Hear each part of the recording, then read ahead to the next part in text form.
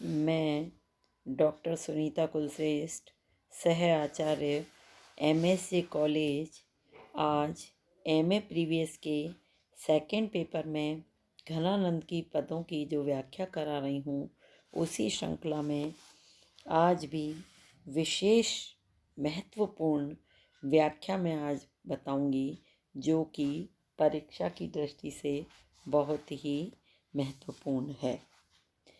कवि ने, घनानंद ने इस पद में अपने आप को नायिका बताया है और अपने नायक के यानी अपने प्रियतम के सौंदर्य का प्रभावपूर्ण चित्रण किया है। घनानंद कवि ने इस पद में यही बताया है कि नायक का जो सौंदर्य है वो किस प्रकार का है। देखिएगा, रावरे रूप की रीति अनूप। कवि घनानंद कहते हैं कि आपका सौंदर्य बहुत ही सूक्ष्म चित्रण करने लायक है, कि उन्होंने बताया कि आपका रावरे रूप यानी आपके सौंदर्य की रीति अनूप, आपके सौंदर्य की अद्वितीय रीति है, यानी आपके सौंदर्य से किसी के सौंदर्य की तुलना नहीं की जा सकती है। आपका सौंदर्य बहुत ही अनूठा है, अद्वितीय है।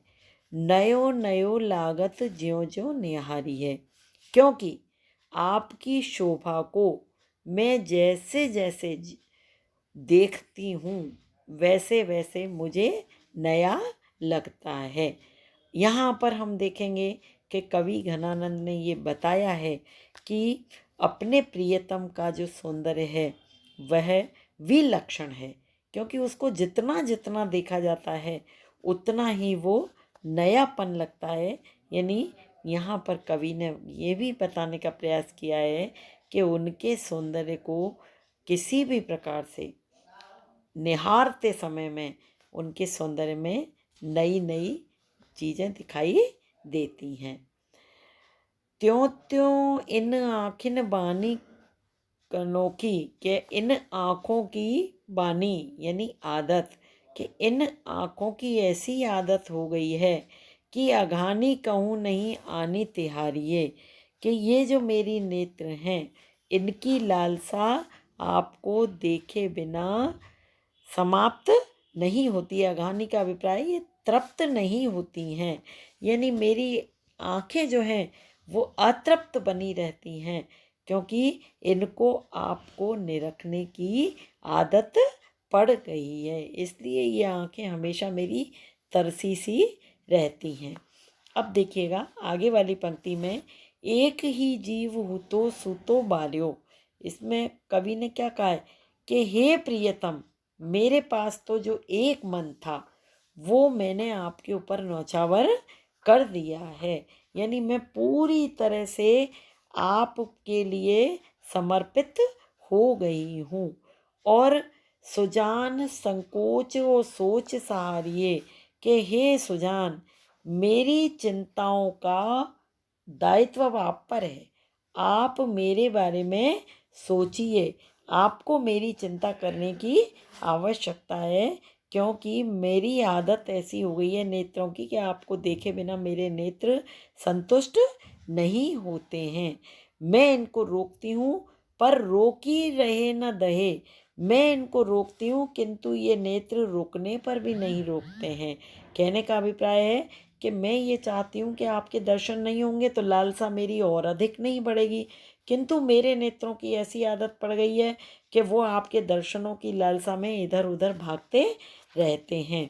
बावरी रीझ के हाथन हारिए, और मुझे तो ऐसा लगता है कि मैं बहुत बेबस हूँ, यानी मेरे आपके प्रेम में इतनी बेबस हूँ कि मुझे जो है इसने रीझ के हाथनी, मानी मैं मोहित हो गई हूँ और मुझे ऐसा लगता है कि मैं अब इसके हाथों पराजित हो गई हूँ, यानी मुझे हारिए, मुझे अपनी हार स्वीकार करनी पड़ेगी।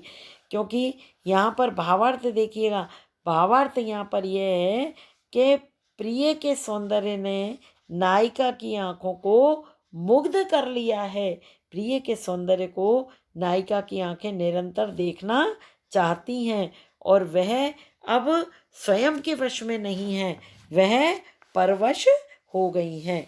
इस पद में देखिएगा कि कवि ने जो ये कहा है कि रावरे रूप की रीति अनूप, नयो नयो लागत ज्यों ज्यों निहारिये।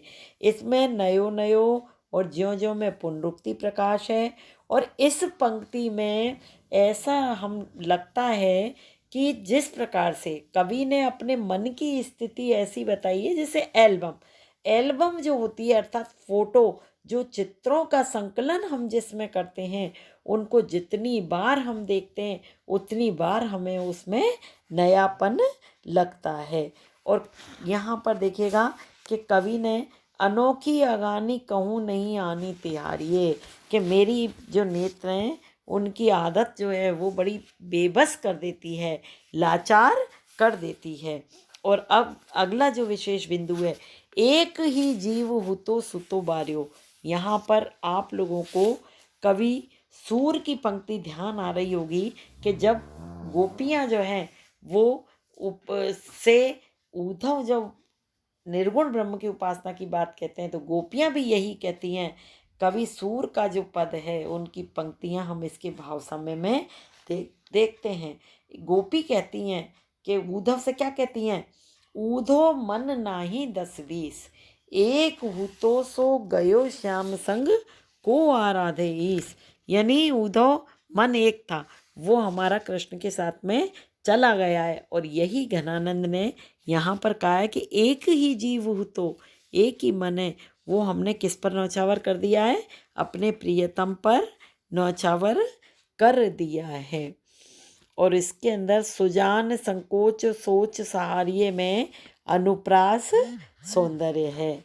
और कवि ने विरह का जो चित्रण किया है वह बहुत ही मार्मिक है। कवि ने अपनी लाचारी व्यक्त की है, अपनी विवशता व्यक्त की है कि वह अब अपने प्रेमी अर्थात सुजान के बिना बिल्कुल भी नहीं रह सकते हैं। उनके सौंदर्य को दिनों दिन बढ़ता हुआ बताया है। और बढ़ता हुआ इसलिए बताया है कि कवि जितना निहारता है अपने प्रियतम को, उतना ही उनको उसके सौंदर्य में नयापन लगता है। ये व्याख्या मुझे लगता है आपको समझ में आ गई होगी। अब अगली व्याख्या अपन अगले वीडियो में करेंगे। धन्यवाद।